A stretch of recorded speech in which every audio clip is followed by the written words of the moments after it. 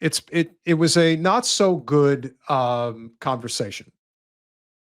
I'm speaking, of course, about Rachel Bitecofer, who has been in the news over the past few days because of the comments that she was making regarding Waleed Shahid.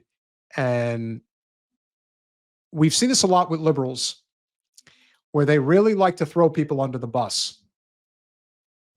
But a lot of them are very ignorant in how they say things. They think that they're better, but they're really not. And so this is not the one, Colin. This is the one that she just put out the other day. I sent you the screenshot. The screenshot's an overlay. It's an image. Okay, I'll grab that. But this is just one example of the type of rhetoric that she throws out there. Being focused on a niche issue like climate change. Oh, I had no idea it was niche. I didn't know that. I mean, I thought that the planet being on fire was a real problem. I mean, you know, but according to this world of wisdom, this person was apparently like a main consultant, or has been a main consultant for the DNC chair, Jamie Harrison. Well, that explains a lot. Being focused on a niche issue like climate change right now is like looking for a cougar where there's a grizzly on the trail in front of you. Now, again, these are those doom and gloom people that talk about Trump like it's the end of the world. That's just crazy. But this is the one that really did her in. So she made this statement.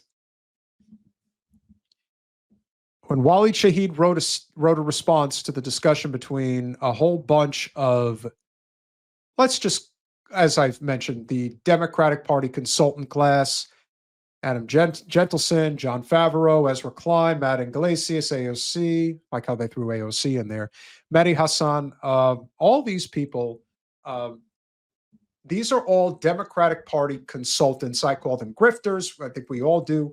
But Rachel Bitecofer decided to say, I probably won't be able to stop the Schadenfreude, great choice of, German word right there, when Shahid gets deported, fuck around and find out. Well, this is a deleted tweet, so you're not going to be able to find it.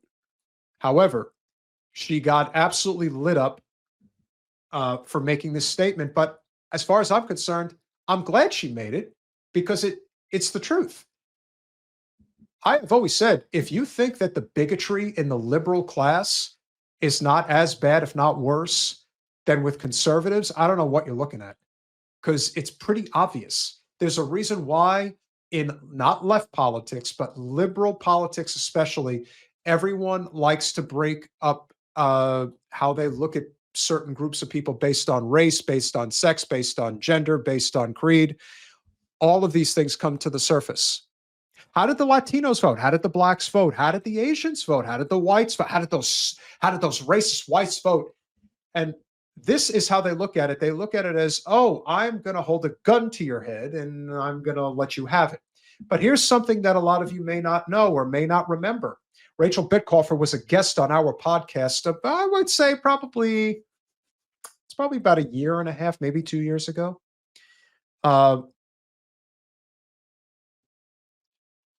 That's a very good point, Zaina, but, we're not supposed to ask questions like that. It's too inconvenient of a truth. He's brown. Let's just call it what it is. So I'm going to torture you guys a little bit.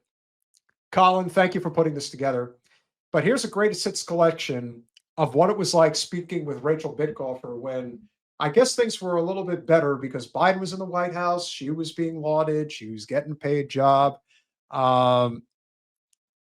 Thank you, Jen. Yes, I did. I tried to have a conversation. I was trying to be rational. I wanted to see if there really was anything to Blue MAGA that was anything sensible. I guess I overthought it, and this is what we got.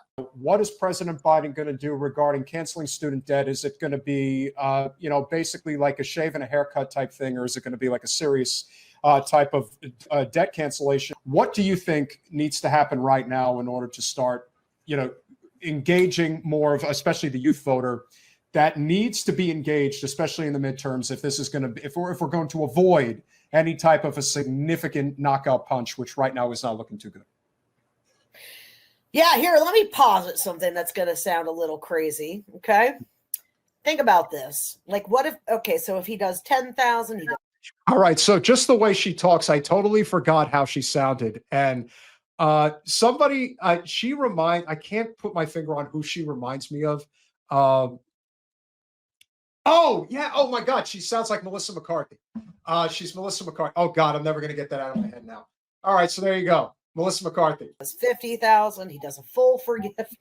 I mean, what would be enough? Nothing, right? Because he, no matter what he does, it will be criticized, and it will, and then we'll move on to the next thing, and then the Beltway will decide, well, maybe if they just do this one thing, that will change, and everyone will be like, oh, they delivered for me, right? And that's just not how fucking politics work at all in the polarized era. It's not how these midterm fundamentals operate. Biden and the Democrats could have passed Build Back Better or not, and it still wouldn't have mattered, because it would have been about what did you do for me lately, not last week. So it's tempting to be like, okay, well, let's talk about policy and issues and all the things that we want to advance and care about. And of course, unionization and labor issues are a core component part of that. But at the end of the day, what we really need to be doing is getting people to focus on the task at hand. And the task at hand is to prevent a fascist collapse of the federal government. So this is basically the same tired talking point, and she was spewing this back in what appears to have been, like I was pretty sure of, was about 2 years ago, where she was essentially saying, yeah, the student debt cancellation and the healthcare and the education, yeah, that's all, that's nice and everything, but we've got a fascist takeover happening, and we just have to hunker down and vote for the people who are not going to give us anything worthwhile, because fascism. So the tired old trope was being espoused by this person way back when. And like I said, this isn't just some rando. This is a person who basically works behind the scenes with Jamie Harrison, the head of the DNC. Right? The money in politics game right now. There is no big money in Democratic politics when you look at Republican Democratic differentials. Okay. Yes, our money system is fucked and we need public financing, but we will never have those things until we have veto proof majorities in Congress and the presidency. It's like the inordinate amount of things that he could have done and still could do with executive order and fails to do so. Those are all failures on the part of him as a representative of that party. No president in the history of our republic has issued more executive orders, done more governing by fiat than Joe Biden. Okay, that is a flat out lie in a significant way. I don't remember if we even called her out on this, but that is an insane lie. Joe Biden, I think at the point, there was like a point, I remember looking at the statistic in terms of how many executive orders Biden issued in his first 2 years in office, which is usually when things happen anyway. I mean, obviously the GOP took over the House in 2022, but he had issued only like 70 executive orders. Whereas I think FDR issued over 4,000. It's just the audacity to be such a liar and to be paid to be a liar. I mean, that's really what it comes down to, is that they're paid to do this. They're paid to lie. I don't know how people live with themselves taking that money. I just don't. But then again, I guess a lot of people just simply have a price. As she does it gleefully.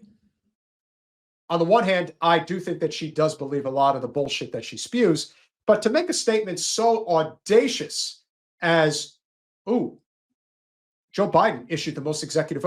No, he didn't. And it's easily provable. Okay. To be fair to him, he didn't create executive authority as a mechanism to bypass Congress. It is a mechanism that evolved as Congress polarized and as the mass public polarized, and Congress shut down. Keep in mind, the Republican Party adopted a strategy 10 years ago that is to deprive the Democratic base of any victory. So like their only fucking goal in government ever, other than tax cuts for rich people, is to make sure the Democratic presidents that come in do not get legislative victory. And that's their entire shtick. This system is literally bleeding people dry. The capitalism is imploding. Yeah, it is. The corporatism is imploding. I think it's fair to say that it is. Yeah, you know what's really funny is like I was in high school in the 90s, okay? And so like at that time period, it was absolutely fair to say the two parties' economic programs were two peas in a pod. But like the divergence in the two parties' platforms, even all around the economic issues, is pretty sharp in the last like 15 years. So it's really hard for me to look at the Republican Party, Democratic Party, and be like, oh, but so it is if you reduce shit, right? Okay, well, this person got money from AT&T, and you know they said they were going to get this telephone reform bill through, and they never did. This is just a prime example.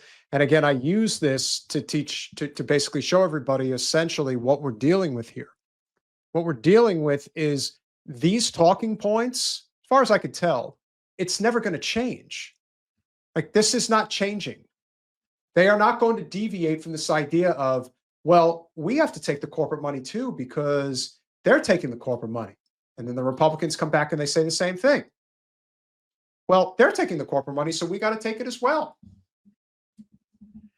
And then the endless cycle repeats itself because it just becomes this red versus blue war. And in the end, it really is about getting paid and nothing more. But she really did step in it with the statements that she made.